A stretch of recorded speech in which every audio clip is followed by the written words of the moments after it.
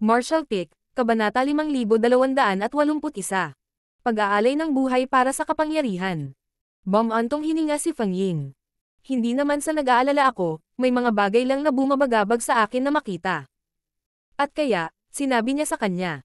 Napatulala si Yang Kai sa kanyang narinig. Talaga, bakit hindi ko napansin? Hindi napigilan ni Fang Ying na imulat ang kanyang mga mata. Kaya nga sinasabi ko na kayong lahat ay bulag. Ang Miao Fei-ping na iyon ay ganito, at ikaw din. Noong araw na iyon, halos natutunaw ang mga mata niya nang lumabas siya sa miniature universe mo, pero hindi mo man lang napansin. Napakamot ng ulo si Yang Kai sa pagkalito. Base sa time frame, hindi ba dapat sila ay nasa retreat para pagsamasamahin ang kanilang cultivation ngayon? Bakit siya lumabas para hilingin sa iyo na hayaan siyang sumali sa aming squad? Tanong ni Yang Kai. Sumagot si Fang Ying. Hindi niya ginawa iyon. Dinala niya ito noon nung pabalik na kami tapos kakalusot lang nila. Sinabi ko sa kanya na pwede lang kaming tumanggap ng mga miyembro kapag may nangyaring laban at bumaba ang bilang ng mga miyembro ng Dawn Squad natin, kaya ayaw na raw niyang sumama sa Dawn Squad. Maganda ang pundasyon ng babaeng ito. Habang ang iba ay nagpapatatag pa rin sa kanilang paglilinang, siya ay nakalabas na sa pag-urong ilang araw na ang nakalipas at partikular na dumating upang mag-alok ng kanyang tulong. Nagulat si Yang Kai. Ang kanyang paglilinang ay naging matatag pagkatapos lamang ng isang taon. Sinuri mo ba para makasigurado? Ngumuso si Fang Ying. Paano ako magiging palpak sa mga ganoong bagay? Tumanggo si Yang Kai. Sa pag-iisip pabalik sa sinabi niya kay Fang Ying kanina, pinuri niya. Siya ay medyo matinong babae. Oo, at ang pagiging matino niya ang nagpapahirap sa kanya na tanggihan. Bumantong hininga si Fang Ying. Sa kasamaang palad, hindi man lang ito napansin ni Miao Boy. Hindi ko nga alam kung tanga ba talaga siya o nagdadrama lang. Umiling si Yang Kai. Ngunit ang Dawn Squad ay puno pa rin. Hindi patas para sa atin na lumabag sa mga patakaran para sa isang tao lamang.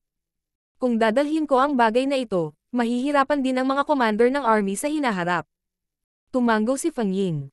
Tama, di bale, titingnan natin kung ano ang mangyayari. Ito ay mga problema ng kabataan sa alinmang paraan, wala akong oras o lakas upang mag-alala tungkol sa kanila. Ganyan talaga ang ugali na dapat mayroon. Tumanggo si Yang Kai. Pagkatapos, bigla niyang iniba ang usapan. Ngunit pagkatapos ay muli, Senior Sister, oras na para umasenso ka sa 8th grade. Hindi magandang ideya na manatili sa 7th grade magpakailanman. Pinandilatan siya ni Fang Ying. Ang mga ganyang bagay ay nakadepende sa pagkakataon. Kung ang pagkakataon ay darating pa, kung gayon ano ang hirap sa pamamagitan ng paglinang ay makakatulong. Natawa si Yang Kai. Kung gayon, nasaan ang pagkakataon ng Senior Sister? Sino ang nakakaalam? Baka bukas pa yan. Tumawa din si Fang Ying bago tumalikod at lumabas. Aalis na ako. Habang pinapanood niya itong umalis, dahan-dahang umiling si Yang Kai. Matagal nang nasa 7th grade heaven opening realm si Fang Ying, at sapat na ang naipon niya para makapasok sa 8th grade. Kaya lang, hindi siya nakakaramdam ng pagkakataon na gawin ito sa lahat ng oras na ito. Gayunpaman, totoo ang sinabi ni Fang Ying, walang makapagsasabi kung kailan darating ang tulad ng isang pagkakataon. Baka isang araw ay bigla siyang magkakaroon ng gana na sumulong sa 8th grade. Sa lahat ng ito, si Fang Ying ay naghahanda para sa sandaling iyon. Kaya, kahit kailan siya sumulong, masisiguro niya pa rin na siya ang may pinakamataas na pagkakataon na magtagumpay. Pagkatapos bumalik sa sarili niyang maliit na courtyard, binuksan ni Yang Kai ang spirit array barrier para ihiwalay ang sarili sa labas bago siya umupo na naka-cross-legged. Sa isang pitik ng palad, naglabas siya ng soul-rending thorn. Ngayon na ang mga artifact ay handa na, ang tanging bagay na kailangan niyang gawin ay upang pinuhin ang mga ito. Ang proseso ng refinement ay madali rin, katulad ng anumang ordinaryong soul type na artifact. Kailangang ibuhos ng isa ang kanilang spiritual energy sense dito hanggang sa magkaroon sila ng solidong koneksyon sa artifact mismo. Ang proseso ng refinement ay isa ring proseso ng familiarization. Tanging kapag ang artifact ay ganap na pino maaari itong magamit laban sa isang kaaway ng madali. Kung ikukumpara sa paglikha ng artifact na ito, ang pagpino nito ay mas simple, kaya tumagal lamang ng ilang araw para ganap na pinuhin ni Yang Kai ang isang soul-rending thorn. Ang mahirap ay ang huling hakbang na dumating pagkatapos makumplito ang proseso ng pagpipino.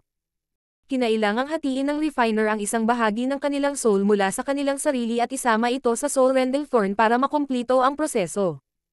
Ito ay katulad ng pag-aalay ng buhay para sa kapangyarihan.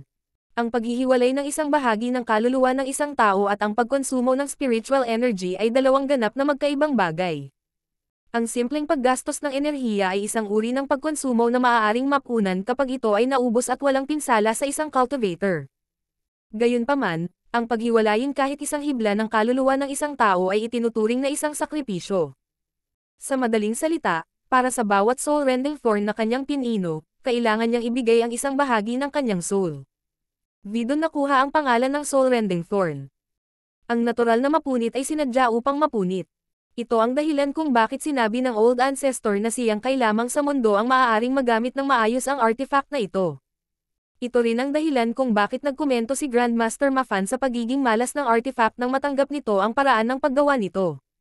Iyon ay dahil ang bagay na ito ay isang sandata na nagdulot ng malubhang pinsala sa sarili upang harapin ang higit pang mapangwasak na pinsala sa kaaway, sa isang katawa-tawang antas noon. Sa ngayon, pinipino lang ito ni Yang Kai at hindi niya ito ginamit laban sa isang kaaway, ngunit kailangan na niyang isuko ang isang hibla ng kanyang kaluluwa. Kapag talagang dumating na ang oras para harapin niya ang isang kaaway gamit ang bagay na ito, kung gayon ang presyo na kailangan niyang bayaran ay magiging mas malaki pa. Kapag dumating ang oras na iyon, ang higit na kaluluwa ng isang tao na isinakripisyo ng isa, mas magiging malakas ang artifact habang isinasagawa ang secret technique. Kung hindi iyon ang kaso, kung gayon ang 8th grade Heaven Opening Realm Master, na nagtatago sa Shattered Heaven, ay magagawang ipagtanggol laban sa Old Ancestor Xiao Xiao gamit ang bagay na ito sa oras na iyon. Kahit na ang isang ordinaryong cultivator ay magpino ng soul-rending thorn at linangin ang kinakailangang secret technique, mahirap pa rin itong gamitin dahil ang pagsuko ng isang thread ng soul ng isang tao ay katulad ng self-mutilation, malamang na humahantong sa hindi na mapananoli na pinsala. Gayunpaman, iba ito para kay Yang Kai. Sa protection at pagpapakain ng soul-warming lotus, kahit na kailangan niyang ibigay ang isang bahagi ng kanyang soul, maaari siyang gumaling sa huli mula sa sugat, na siyang pinakamalaking kakayahan na mayroon ang soul-warming lotus. Masasabing ang soul-rending thorn ay pinasadya lamang kay Yang Kai. Ito, kasama ng kanyang makapangyarihan na nakaluluwa, kung siya ay atakihin ng lahat ng territory lords sa kakaibang espasyo sa loob ng Black Ink Nest, magagawa pa rin niyang lumaban. Si Yang Kai ay hindi estranghero sa paghihiwalay ng mga bahagi ng kanyang kaluluwa. Noon, ganoon din kung paano ipinanganak ang embodiment, gayunpaman, kahit na may paghahanda, ang sakit na nagmula sa kaluluwa ng isang tao na napunit ay mahirap pa ring tiisin. Pakiramdam nito ay parang hinihiwa sa kalahati ang katawan ng isang mapurol na kutsilyo, at kailangang manatiling may kamalayan sa buong proseso at hindi maabala ng sakit, kung hindi, mabibigo ang buong proseso habang nag-iiwan pa rin ng sugat sa kaluluwa. Marahas na ng inig ang katawan ni Yang Kai at agad siyang nabasa ng pawis. Kahit na ang proseso ay tumagal ngunit isang maikling sandali, para kay Yang Kai, parang 1,000,000 taon na ang lumipas. Nang sa wakas ay naisakripisyo na niya ang isang hibla ng kanyang kaluluwa at pinagsama ito sa soul-rending thorn, nakahinga ng maluwag si Yang Kai. Gayunpaman, sa pag-aakalang mayroon pa siyang 11 pang soul-rending thorns upang pinuhin, ang mukha ni Yang Kai ay naging medyo madilim, sa kaloob-looban ay pinagalitan ang kanyang sarili sa pagiging napakatanga na hiniling kay Grandmaster Mafan na pinuhin ang napakarami. Gayunpaman, nang isipin niya ang bilang ng mga territory lord na kailangan niyang harapin, naramdaman ni Yang Kai na kailangan niyang ganap na pinuhin ang lahat ng soul-rending thorns kahit na mataas ang presyo. Kahit sinong cultivator ay mahihirapang igalaw ang kanilang mga daliri pagkatapos ng isang nakakapanghinayang karanasan. Ang pinsala at sakit na dulot ng prosesong ito ay hindi isang bagay na kayang tiisin ng mga ordinaryong tao. Gayunpaman, sa pagpapakain ng soul-warming lotus, agad na naramdaman ni Yang Kai ang panlalamig na sensasyon na bumuhos sa kanyang knowledge sea, na parang isang maliit na di nakikitang kamay ang dumampi sa kanya at pinapawi ang sakit sa kanyang katawan at pinupuno ang kanyang puso ng ginhawa. Ang maramdaman ng ganitong uri ng kaginhawaan kaagad pagkatapos ng matinding sakit ay lalong nagpapalugod. Matapos bahagyang pakalmayan ang sarili, naglabas si Yang Kai ng pangalawang soul-rending thorn at inulit ang proseso. Kahit na ang soul-warming lotus ay nagpapalusog sa kanyang kaluluwa, kailangan pa rin ni Yang Kai na huminto sandali at ayusin ang kanyang sarili pagkatapos na pinuhin ang 3 soul-rending thorns ng sunod-sunod upang ang kanyang soul ay gumaling. Martial Pick, Kabanata 5282. Sigaw ng matinding paghihirap. Karaniwan, napakatagal bago gumaling ang pinsala sa kaluluwa ng isang cultivator, at kahit na sa tulong ng soul-warming lotus, inabot si Yang Kai ng halos 1 buwan upang mabawi mula sa pagpino sa unang 3 soul-rending thorns. At kaya, pagkatapos lamang ng 4 na buwan ay ganap na napino ni Yang Kai ang lahat ng 12. Nang walang karagdagang pagkaantala, pumunta siya sa fragment ng universo na kinaroroonan ng Black Ink Nest. Gaya ng dati, pinuntahan muna niya si Ouyang Lai na nagbabantay sa lugar na ito, at pagkatapos lamang makatanggap ng permiso ay tumungo siya sa Black Ink Nest sa ilalim ng kanyang kasama.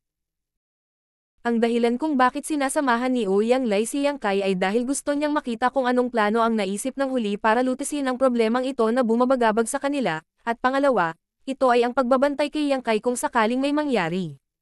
Mangyari sa kanya habang nakikipag-ugnayan siya sa mga territory lords. Sa panahong ito, hindi sinubukan ng 8th Grade Heaven Opening Realm Masters na pumasok muli sa kakaibang espasyo. Ang ilang 8th Grade Heaven Opening Realm Masters na sumubok at nabigo dati ay nagpakita sa humans na anumang pagtatangka ay magiging malaking panganib lamang sa kanila nang walang tamang solusyon sa problema. Hindi sigurado si Ouyang Lai kung ano ang eksaktong gagawin ni Yang Kai, ngunit nakatanggap siya ng ilang hindi malinaw na impormasyon dati mula sa Inner Sanctum na kung sino man ang lutisin ang problema ng Black Ink Nest, dapat ay si Yang Kai iyon. Ang pinagmulan ng impormasyong ito ay medyo malabo, ngunit hindi na kailangang hulaan na ito ay malamang na nauugnay sa Old Ancestor. Dahil ang Old Ancestor ay lubos na nagtiwala kay Yang Kai, kung gayon ano ang dapat niyang alalahanin. Gayunpaman, kailangan pa rin ng isang tao na magbabantay para sa kanya. Maya-maya, dumating na silang dalawa sa gitna ng Black Ink Nest. Sinabi ni Ouyang Lai, "Bata, dapat kang maging maingat. Kung ang sitwasyon ay lumiliko, pagkatapos ay umatras ka agad. Ang mga territory lord na iyon ay dapat na nakahiga sa pagtambang sa loob. Marami na ang nakaranas ng malaking pagkalugi mula sa kanila dati. Kahit na ang humans ay hindi gumawa ng anumang mga galaw sa loob ng higit sa 1 taon, paano magiging kampante ang territory lords?" Sa ilalim ng pamumuno ni Hongdi, ang Black Ink Clan na nakatalaga sa Great Evolution Pass ay napilitang sumang-ayon sa kondisyon ni Mi Jinglun na payagan silang panatilihin ang Black Ink Nest kapag sila ay umatras. Gayunpaman, ngayong may mid-grade Black Ink Nest ang humans, magagamit lang ng Black Ink Clan ang paraang ito para pilitin ang humans na isuko ito. Sa pamamagitan lamang ng pagpilit sa kanila na sumuko sa Black Ink Nest ay masisiguro ng Black Ink Clan na ang mga tao ay hindi makakapag-espiya sa kanila kapag sila ay nagpapalitan ng impormasyon sa hinaharap. Mataimtim na tumango si Yang Kai. "Naiintindihan ko." Sa pamamagitan nito, binuksan niya ang portal ng kanyang miniature universe, at habang lumalakas ang World Force, nilamon ito ng Black Ink Nest na parang baliw. Ibinaon ni Yang Kai ang kanyang isip sa batis, na bumubuo ng koneksyon sa kamalayan ng Black Ink Nest. Hindi nagtagal, isang pamilyar ngunit kakaibang sensasyon ang bumalat sa kanya, na para bang ang buong pagkatao niya ay sumanib sa Black Ink Nest. Ito ay isang malinaw na senyales na matagumpay ang kanyang koneksyon. Ang pagkonekta sa kamalayan ng Black Ink Nest ay hindi mahirap, at maaaring gawin ito ng sinumang 8th Grade Heaven Opening Realm Master ng madali. Iyon ay dahil kahit na ang Black Ink Nest mismo ay may kamalayan, hindi ito nararamdaman. Ang kamalayan ng Black Ink Nest ay higit na katulad ng isang plataporma na maaaring magdala ng kaluluwa ng isang tao at maging kaysa nito ng walang pagkakaiba. Gayunpaman, ang kamalayan ng Black Ink Nest ay maaari lamang magdala ng isang kaluluwa sa anumang oras.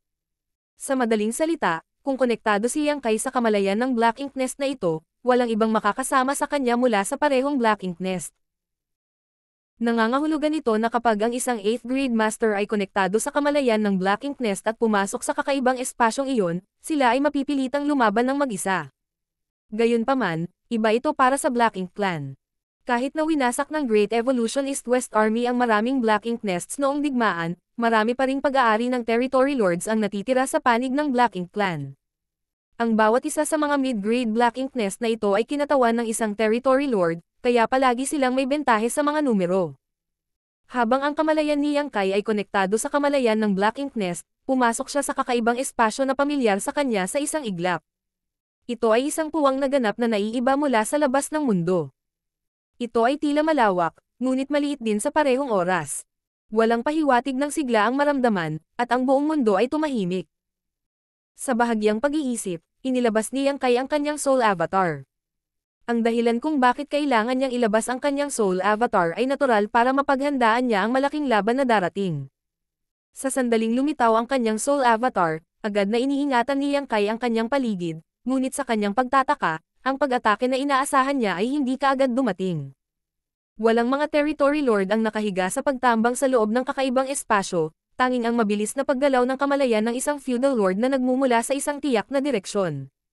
Sa oras na gumalaw ang katawan ni Yang Kai upang habulin ito, nawala na ang kamalayan ng feudal lord. Ano ang nangyayari? Nasaan ang Black Ink Clan? Kudlit. Kahit na nag-isip si Yang Kai ng maraming posibleng senaryo na kakaharapin niya, nalilito pa rin siya sa mga naranasan niya. Gayunpaman, sa isang kisap mata, isa-isang lumitaw ang mga kamalayan ng Territory Lord mula sa kung saan. Sa isang kisap mata, ang orihinal na walang laman na espasyo ngayon ay naglalaman ng 6 na kamalayan ng Territory Lord. Matapos makapasok ang mga Territory Lord na ito sa kakaibang espasyo, ang ilan na hindi nag-transform sa kanilang soul avatar ay mga hindi regular na patak ng spiritual energy, na patuloy na nagbabago. 2 Territory Lords lang ang gumawa ng kaparehong pagpili kay Yang Kai at nagpakita ng kanilang mga soul avatar. Ang isa ay parang unggoy, habang ang isa naman ay parang higanti. Agad na naintindihan ni Yang Kai. Malamang na ang hitsura ng Old Ancestor ay nagulat sa mga Territory Lord, at iyon ang dahilan kung bakit hindi sila naglakas loob na lumitaw dito bago i-verify kung sino ito kung sakaling sila ay muling tumakbo sa Old Ancestor. Kahit na hindi sila naghintay sa espasyong ito, malinaw na naiwan nila ang ilang mga nasasakupan upang bantayan ang sitwasyon, na nagpapaliwanag sa feudal lord na nakatagpo ni Yang Kai noong una siyang pumasok. Kailangang i-verify ng Territory Lords na hindi isang Old Ancestor ang pumasok bago sila makatiyak. Ang mga Territory Lord ay hindi tanga, kaya paano nila hahayaan na bigyan sila ng gulo ng Old Ancestor? Ito rin ang dahilan kung bakit hindi nalutas ng Old Ancestor ang usapin. Siya ay malakas, ngunit ang desisyon kung lumaban o hindi ay nasa kamay ng Black Ink Clan. Sa kabilang banda, ang 8th Grade Division Commanders ay walang magawa laban sa kaaway at ilalagay lamang ang kanilang mga sarili sa panganib na harapin sila kapag sila ay lubhang nahihigitin. Si Yang Kai ang pinakamahusay na tao para sa trabaho. Sa proteksyon ng Soul Warming Lotus, hindi siya nag-aalala na masugatan, at sa Soul Rending Thorns, hindi isang kawalan ang kumuha ng isang kaaway. Kung may baba niya ang dalawa, magandang deal iyon. Kung maaalis niya ang ilan sa mga ito, sigurado siya na ang Black Ink Clan ay hindi na maglalakas loob na kumilos muli sa kakaibang espasyong ito. Malinaw na walang intensyon ng Territory Lords na batiin si Yang Kai. Wala silang pakialam kung sinong 8th Grade Heaven Opening Realm Master ang pumasok sa lugar na ito. Dahil nakumpirma na nila na hindi iyon ang Old Ancestor, ano pa ang dapat nilang pag-alinlanganan? Natural, naggrupo sila at nagpadala ng sunod-sunod na pag-atake, na parang sinusubukan nilang alisin ang kahihiyan na dinanas ng Black Ink Clan sa digmaan sa nakalipas na 150 taon.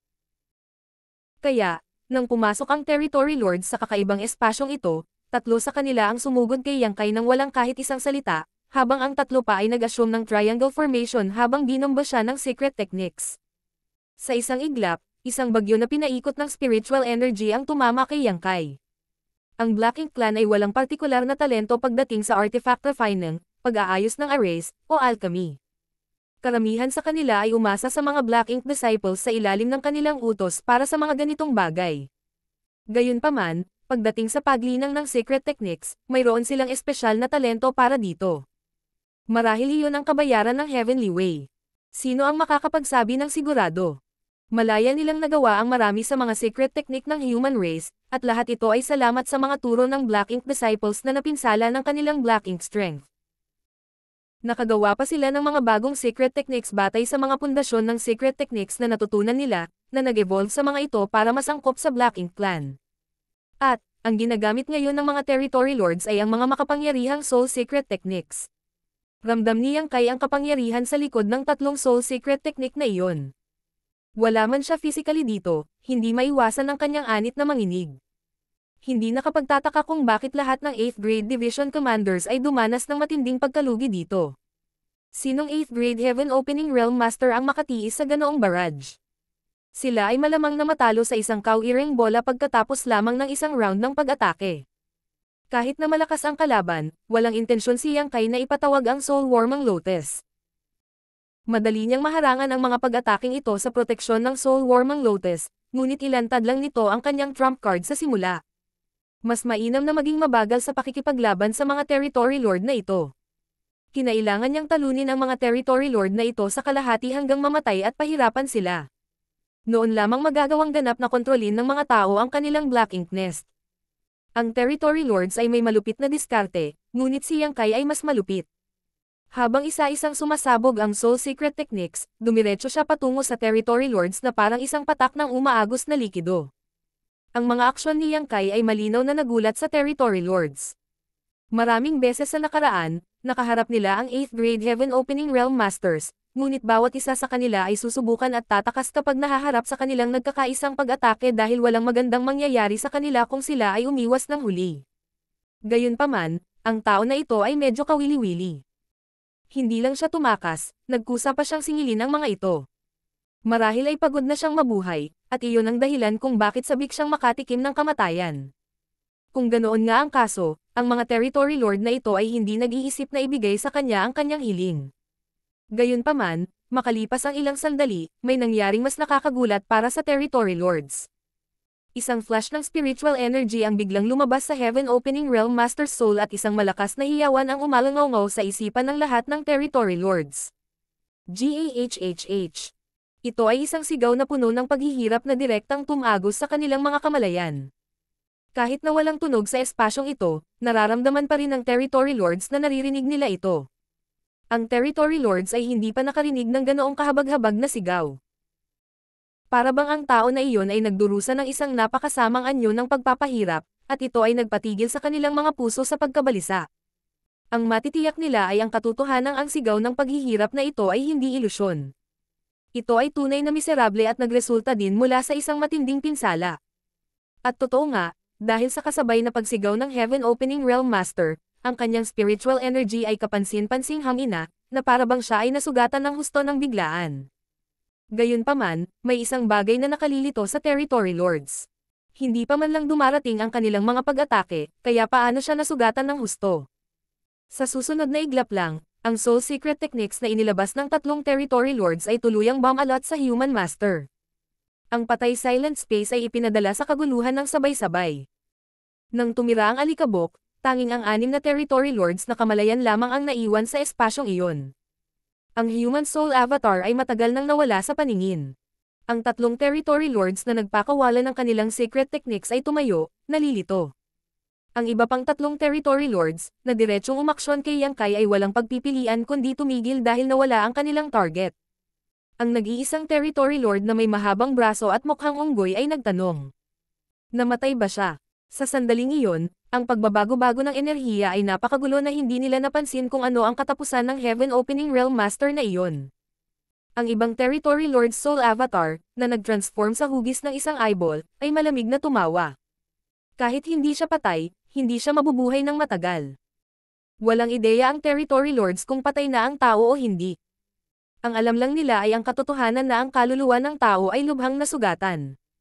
Marshall Pick, Kabanata 5283. Walang tao ang makakalabas sa pinagsamang pag-atake ng tatlong Territory Lords, Soul Secret Techniques nang hindi nasaktan. Tsaka, may kakaibang nangyari sa tao ng biglaan. Ang kanyang kaluluwa ay biglang naging lubhang mahina. Sa ganoong estado, kahit na ang isa sa mga old ancestor ng tao ay hindi umaasa na makayanan ang kanilang pinagsamang pag-atake. Ang mga hanggal na tao ay talagang hindi natututo ng kanilang mga aralin. Ang Territory Lord na ang Soul Avatar ay naging anyo ng isang eyeball ng malamig na bamulong. Pagkatapos niyang sabihin iyon, bigla siyang napalingon sa isa sa kanyang mga kasama sa pagtataka. Ano ang nangyari sa iyo? Ang kasama sa tabi niya ay ang Soul Avatar ay nasa anyo ng isang patak ng umaagos na tubig. Sa sandaling ito, isang napakakakaibang aura ang mararamdaman mula sa Territory Lord's Soul Avatar. Para siyang pilit na pinipigilan ang kanyang anyo ngunit sinasalubong siya ng matinding pagtutol. Ang kanyang hugis ay patuloy na nagbabago at ang kanyang aura ay nag-iiba-iba. Ang anomalyang ito sa lalong madaling panahon ay nakakuha ng atensyon ng iba pang Territory Lords na ibinaling ang kanilang atensyon sa kanya. Noon ang parang tuloy-tuloy na Territory Lord sa wakas ay tila nakaipon ng kaunting lakas at inilatag ang kanyang boses. Iligtas. Iligtas mo ako. Sa sandaling sinabi niya iyon, isang marahas na alon ng enerhiya ang sumabog sa loob ng kanyang malalikido na katawan, na naging dahilan upang siya ay mapaungol ng mahapdi sa sakit, at ang kanyang hugis, na hindi matatag sa simula, ay lalong nag-alinlangan. Nagulat ang iba pang 5 Territory Lord at mabilis silang nagtipon. Nagulat sila nang makitang may biglang lumitaw na parang karayom na bagay sa loob ng likidong Territory Lord Soul Avatar. Ito ay tila isang uri ng artifact na may parang kaluluwa sa loob nito, at patuloy itong tumutusok ng palalim sa Territory Lord Soul Avatar, pinuputol ang lahat ng bagay sa landas nito. Ang Territory Lords ay maaaring makita ang kalupitan ng artifact na ito sa isang sulyap. Kung ang parang karayom na artifact ay tunay na pinahintulutan na sirain ang Soul Avatar ng kanilang kasama, kung gayon kahit na mabuhay ang kanyang katawan, mawawala ang kanyang kaluluwa at magiging isang naglalakad na bangkay. Hindi banggitin ang katotohanan na ang mahabang karayom ay pinupunit pa rin ang kanyang Soul Avatar, na nagdulot sa kanya ng hindi maisip na sakit. Kung hindi niya mapipigilan ang panghihimasok sa artifact na ito, mahirap sabihin kung makakaligtas siya o hindi. Isang Soul type na artifact. Sumigaw ang 8 Territory Lord sa malalim na boses. Mayroon din siyang mga subordinate ng Black Ink Disciple, kaya natural na hindi siya estranghero sa Soul type artifacts. Karamihan sa mga Heaven Opening Realm na tao ang dumating para gumawa ng gulo dati ay may sarili nilang Soul-type artifacts na talagang makapangyarihan kapag na-activate, ngunit hindi pa rin nila napigilan ang kanilang pinagsamang pag-atake. Gayunpaman, ang Soul-type na artifact na nakikita nila ngayon ay tila iba. Ito ay higit na masama kaysa sa anumang nakita nila noon. Ito kaya ang trump card ng human.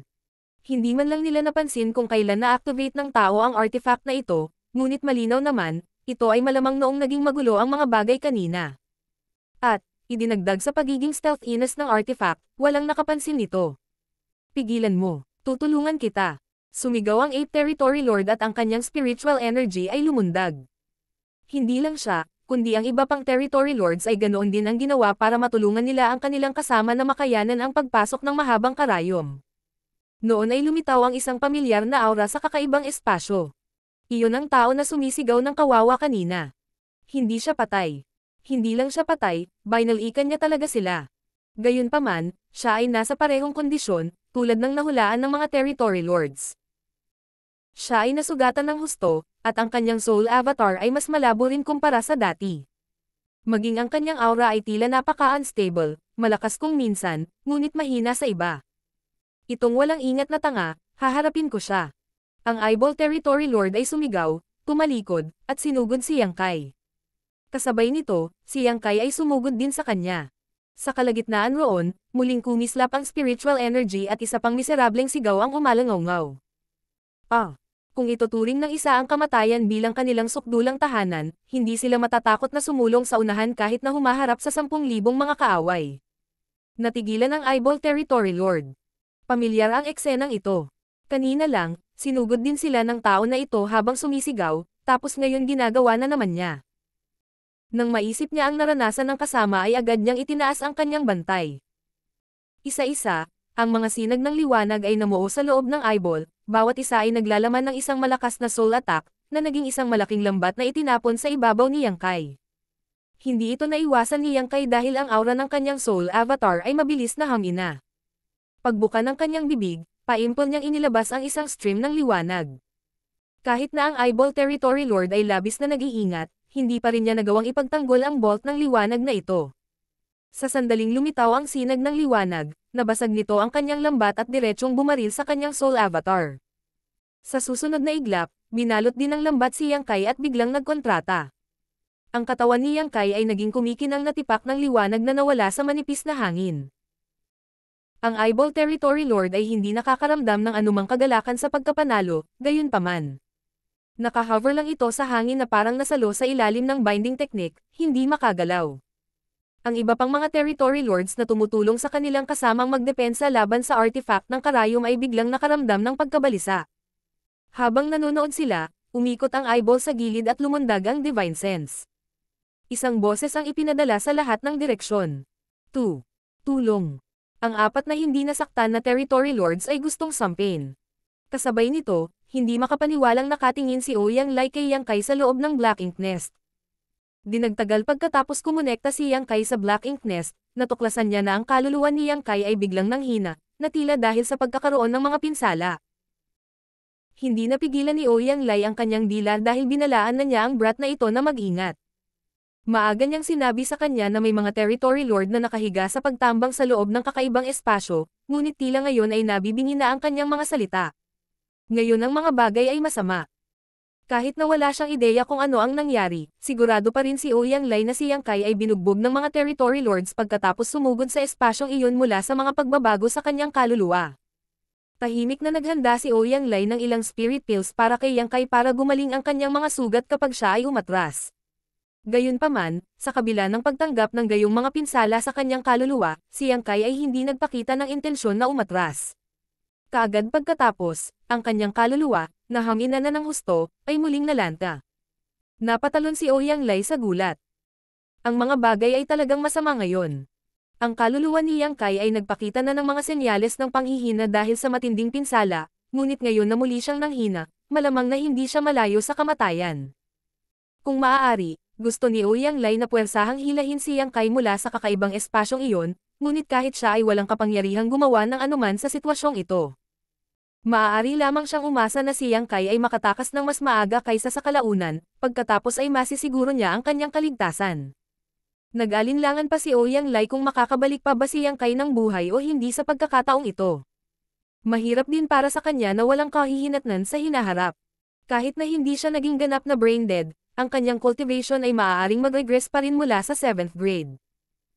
Nang siya ay nasa gilid, si Yang Kai ay biglang bumalik sa kanyang katinoan na may kaba. Nag-aalalang tanong ni Ouyang Lai. Paano ito? Nang marinig niya ang kanyang boses, lumingon si Yang Kai para tumingin sa kanya nang wala sa loob na may nalilitong tingin sa kanyang mga mata. Alam kaagad ni Ouyang Lai na may problema. Ang walang laman na tingin ni Yang Kai ay isang malinaw na senyales ng kanyang soul na bumabagsak na hindi matatag. Tapos na siya. Gayunpaman, bago siya makapagsalita, biglang yumuko si Yang Kai at hinawakan ang kanyang ulo, sumisigaw. Napakalungkot ng hiyawan kaya dinurog ang puso ng mga nakarinig nito at napaluha.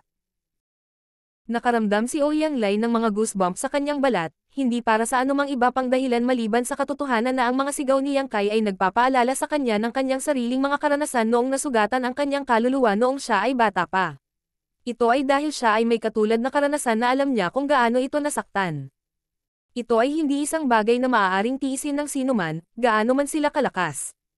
Masasabing walang sino man ang makatiis ng ganoong sakit. Sa ilang sandali, si Ouyang Lai ay nalilito kung ano ang gagawin. Si Yang Kai ay nagsimula ng gamulong sa lupa. Humakbang pasulong si Ouyang Lai at sinubukang higpitin ang mga galaw ni Yang Kai gamit ang kanyang world force, pagkatapos ay pinalamanan niya ang lahat ng spirit pills na inihanda niya sa bibig ni Yang Kai at tinulungan siyang lunukan ang mga ito bago pino ang mga ito. Ang buong proseso ay isang gulo. Walang ideya si Ouyang Lai kung paano niya ito iuulat sa Old Ancestor sa sandaling bumalik sila. Mabuti kung isa lang itong ordinaryong 7th grade Heaven Opening Realm Master, ngunit ito si Yang Kai.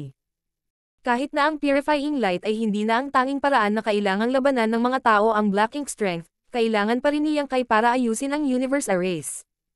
Kung may mangyari man sa kanya, iyon ay isang kakilakilabot na pagkawala para sa human race. Gayunpaman, ang ilang mga resulta ay tila na-spawned mula sa kanyang mga pagsisikap. Ang mga sigaw ni Yang Kai ay unti-unting huminahon, ngunit ang kanyang katawan ay nakabaluktot at nanginginig paminsan-minsan. Puno ng pawis ang buong katawan niya. Tumayo si Ouyang Lai na may seryosong ekspresyon. Kasalukuyang wala siyang magagawa sa sitwasyong ito kundi magulat sa mga nakatataas at tingnan kung may anumang paraan ang Old Ancestor para ibalik si Yang Kai sa bingit ng kamatayan. Matapos magpadala ng mensahe sa labas, hindi nagtagal ay pumasok na si Gang Lian. Nang makita niya ang nasugatan na si Yang Kai, nagulat siyang nagtanong. Ano ang nangyari kay Brother Yang? Mabilis na sinabi ni Ouyang Lai. Kumonekta siya sa Black Ink Nest at tinambangan ng Territory Lords, nasugatan ang kanyang soul.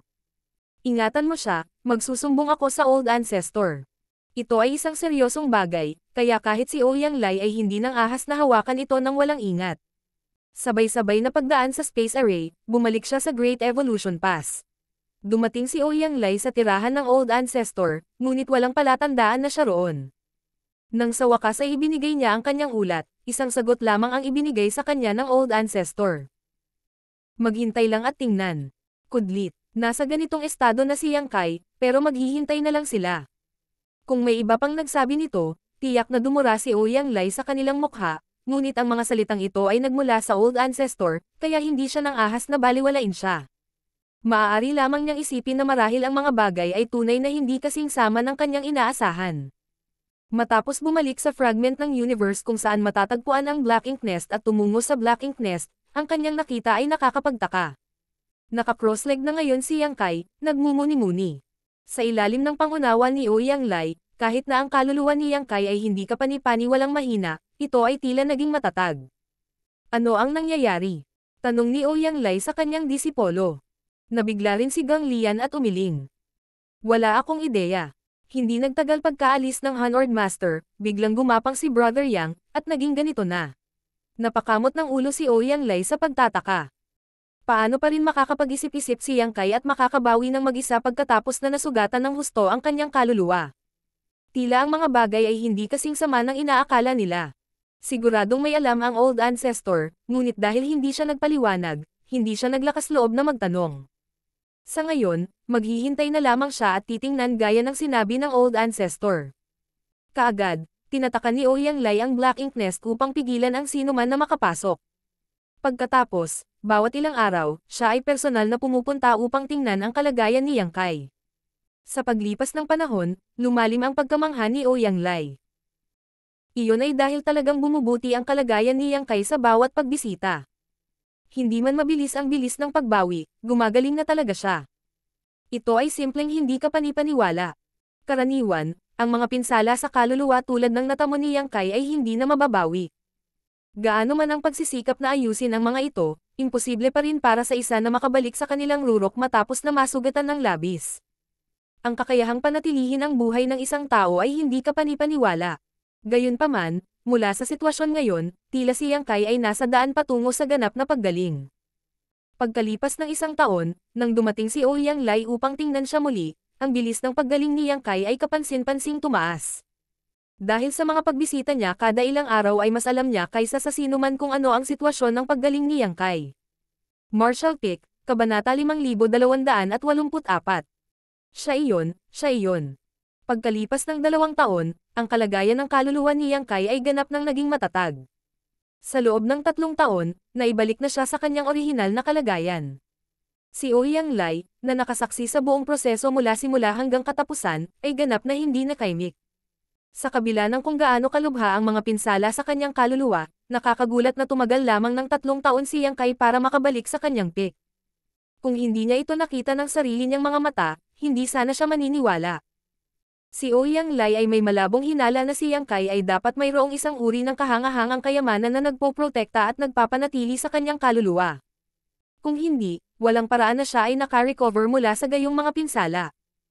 Kung tungkol sa kung ano ang kayamanan na iyon, iilan lamang sa mga maalamat na bagay ang maaaring magkaroon ng gayong mahimalang epekto.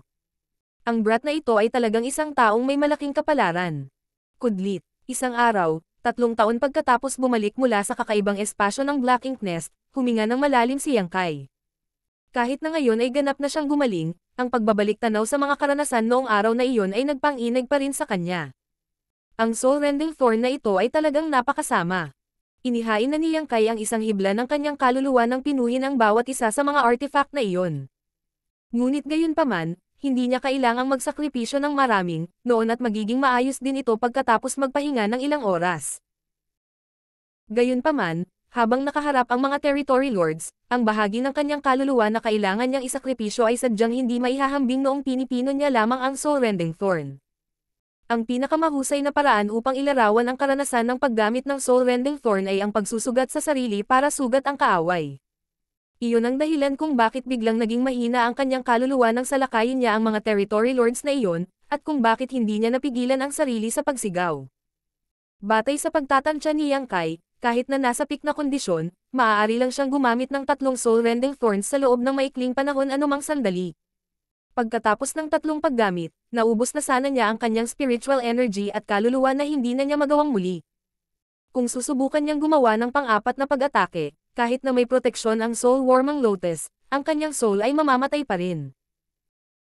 Iyon ang dahilan kung bakit gumawa siya ng matatag na desisyon na umalis sa espasyo ng Black Ink Nest pagkatapos ng 2 magkasunod na pag-atake.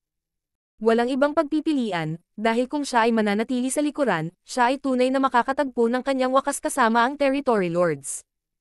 Malabo para sa kanya ang mga alaala ng mga araw pagkatapos niyang bawiin ang kanyang kaluluwa sa kakaibang espasyo dahil sa pinsalang natamo niya sa kanyang kaluluwa. Sa isang hindi kumpletong kaluluwa, ang memorya ng isang tao ay natural na maaapektuhan. Ngayong gumaling na siya, magdidilim pa rin ang mukha ni Yang Kai sa pag-iisip na maranasan muli ang parehong sakit. Kanina pa binabantayan ni Gang Lian si Yang Kai, at nang makita niyang nagising ang huli, agad siyang nagpadala ng balita sa labas. Hindi nagtagal bago dumating si Ouyang Lai. Pagkatapos tingnan siya pataas at pababa, si Ouyang Lai ay sumimangot. Wala pa akong nakitang katulad mo na makakapagpagaling pagkatapos magtamo ng ganoong pinsala sa kanilang kaluluwa. Anong nararamdaman mo ngayon? Mapait na tumawa si Yang Kai. Okay na ako. Tumanggo si Ouyang Lai. Pagkatapos magbayad ng napakalaking halaga, kumusta ang mga resulta ng iyong labanan? Ngumisi si Yang Kai at itinaas ang dalawang daliri. 2 territory lords. Kahit na hindi sila patay, dapat silang masugatan ng husto. Halos tinitigan ni Ouyang Lai si Yang Kai na para bang isa siyang multo. Talaga. Ang junior na ito ay hindi nangangahas na magsinungaling. Pagkatapos, ang dalawang territory lords ay nagdusa ng matinding sugat sa kanilang mga kaluluwa. Talaga. Mabuti. Tuwang-tuwa si Ouyang Lai. Ang mga ordinaryong sugat ay wala, ngunit ang mga bagay ay naiiba pagdating sa mga sugat sa kaluluwa ng isang tao.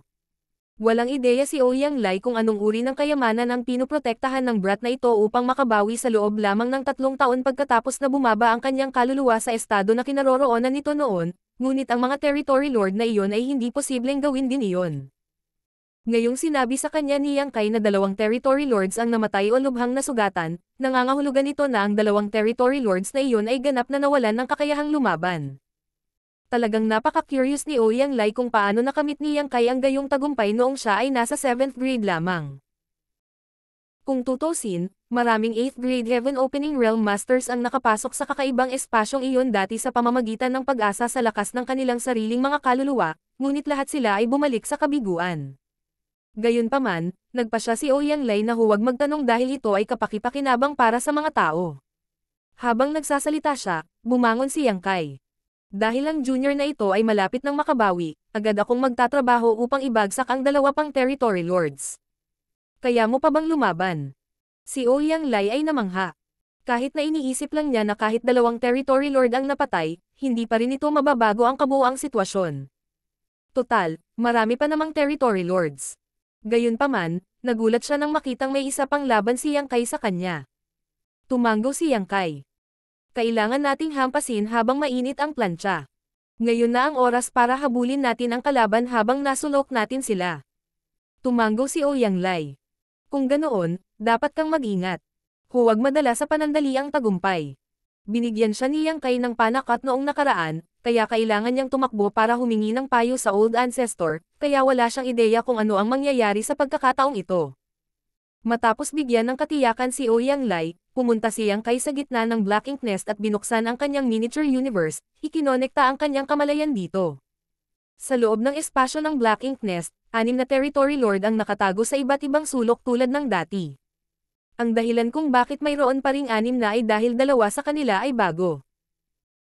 Kahit na naging mapayapa at tahimik sa espasyong ito sa loob ng 3 taon, ang territory lords ay hindi nang ahas na pakawalan ang kanilang pagbabantay at nanatiling mapagbantay sa lahat ng oras.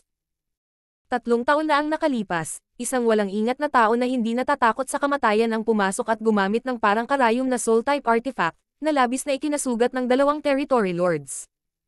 Kahit na ang mga bagay ay hindi naging maganda para sa tao, ang 2 malubhang nasugatan na territory lords ay hindi naging mas mahusay. Sa kabila ng pinakamahusay na pagsisikap ng iba pang 4 na territory lord na nagsisikap na iligtas sila, isa sa mga territory lords sa kasamaang palad ay nawasak at namatay ang kanyang kaluluwa. Napanatili ng ibang territory lord ang kanyang buhay, ngunit ang mahabang artifact ng karayom ay nakaugat pa rin sa kanyang kaluluwa, na patuloy na sinisira ito. Sa kasalukuyan, ang territory lord na iyon ay nagpupumilit na labanan ang panghihimasok ng artifact, at hindi pa malinaw kung magtatagumpay siya o hindi sa huli. Gayunpaman, kahit na magtagumpay siya, ang kanyang pundasyon ay masisira pa rin ng husto, na magdudulot ng matinding pagbaba sa kanyang lakas. Ang pagkawala ng 2 territory lords ay nakakasakit ng damdamin para sa Black Ink Clan, na ang lakas ay nakakuha na ng matalim na pagsisig sa Great Evolution Theater.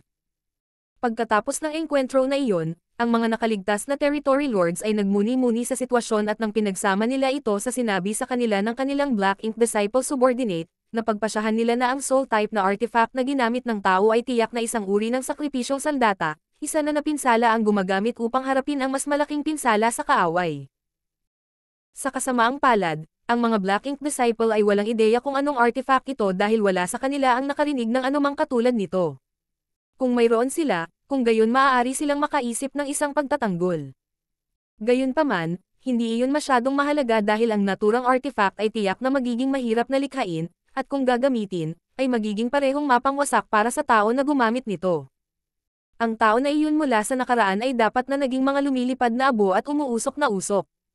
Dahil napakalakas ng kaluluwa ni Yang Kai, sa kabila ng pagiging nasa 7th grade Heaven Opening Realm, sa anyo ng Soul Avatar ay hindi siya nakikilala mula sa isang 8th grade Master.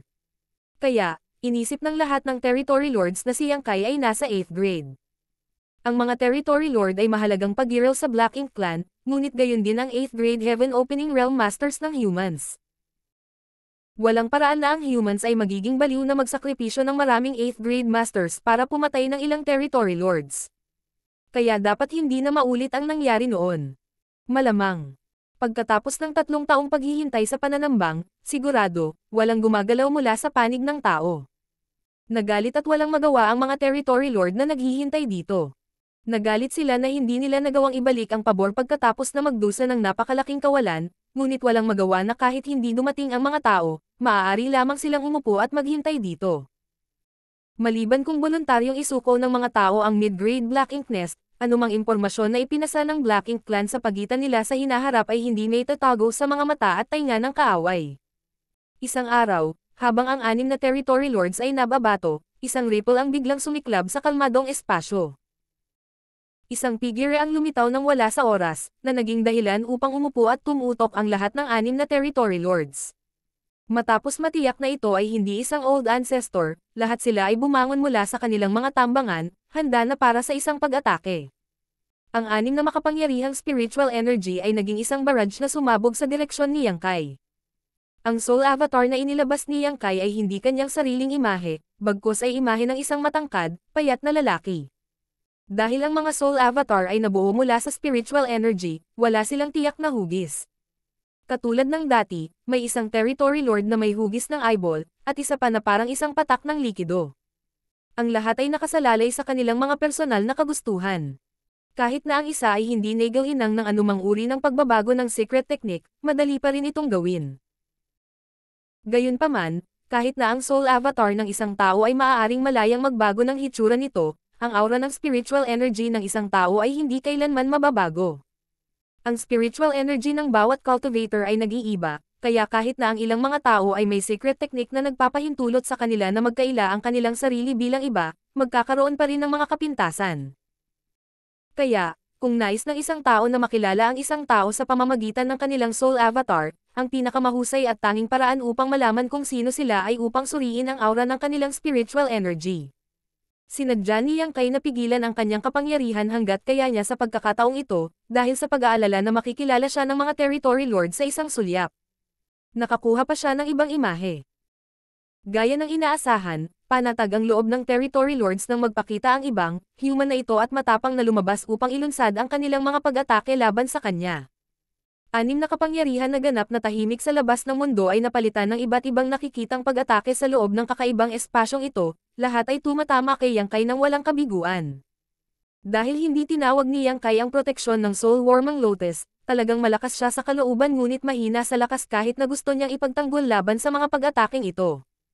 Gayunpaman, hindi man lang siya nag-abalang ipagtanggol ang sarili. Nasa bingit na siya ng kamatayan sa oras na matapos siya rito, kaya walang pinagkaiba ang pagtatanggol sa sarili o hindi. Ang 6 na pag-atake na ipinadala ng territory lords ay hindi biro, at ang kaluluwa ni Yang Kai ay agad na nakaramdam ng panginginig. Mahirap pigilan ang sakit na para bang madudurog ang kanyang kaluluwa sa mga oras na iyon. Sa katunayan, kung isa pang 8th grade Heaven Opening Realm Master ang kapalit niya, hindi rin sila magiging maayos pagkatapos gawin ang 6 na pag-ataking ito. Salamat sa Soul Warmang Lotus kaya nagkaroon si Yang Kai ng lakas ng loob na makisali sa isang walang ingat na laban. Kahit na hindi niya hinimok ang Soul Warmang Lotus na protektahan ang kanyang sarili, ginawa pa rin ito ang kanyang soul na mas matibay kaysa sa karaniwan. Isang mahaba, malungkot na sigaw ang sumunod na. Sa pagsigaw ni Yang Kai, dumiretso siya sa Territory Lord na pinakamalapit sa kanya. Sa 6 na Territory Lords, maliban sa 2 bagong dating, ang 4 pa ay natulala. Hindi na pamilyar sa kanila ang eksenang ito.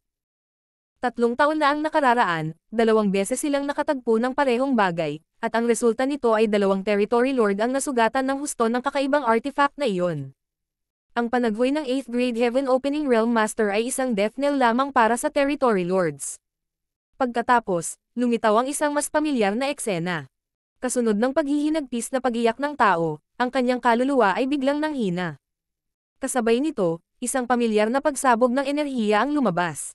Agad na nagbago ang mukha ng 8th Territory Lord na nakaranas ng ganitong eksena noon at napabulalas siya. Siya yun. Ang isa pang Territory Lord, na nakaranas ng parehong bagay, ay sumigaw. Tumakbo, dali.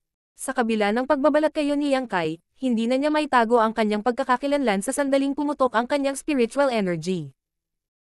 Agad siyang nakilala ng 4 na Territory Lords na nakalaban sa kanya noon, ngunit ang mas ikinagulat nila ay kung paano mabubuhay pa ang tao na ito. Kahit na malinaw na nakita ng Eyeball Territory Lord ang tao na ito sa bingit ng kamatayan sa huling sandali, talagang muli siyang nagpakita rito pagkalipas lamang ng 3 taon, tumatakbo at tumatalon na parang walang mali. Katulad noong nakaraan, sumigaw siya at nanghina, ngunit sa parehong oras, sumugod siya para sa pagpatay. Ano bang problema nitong tao?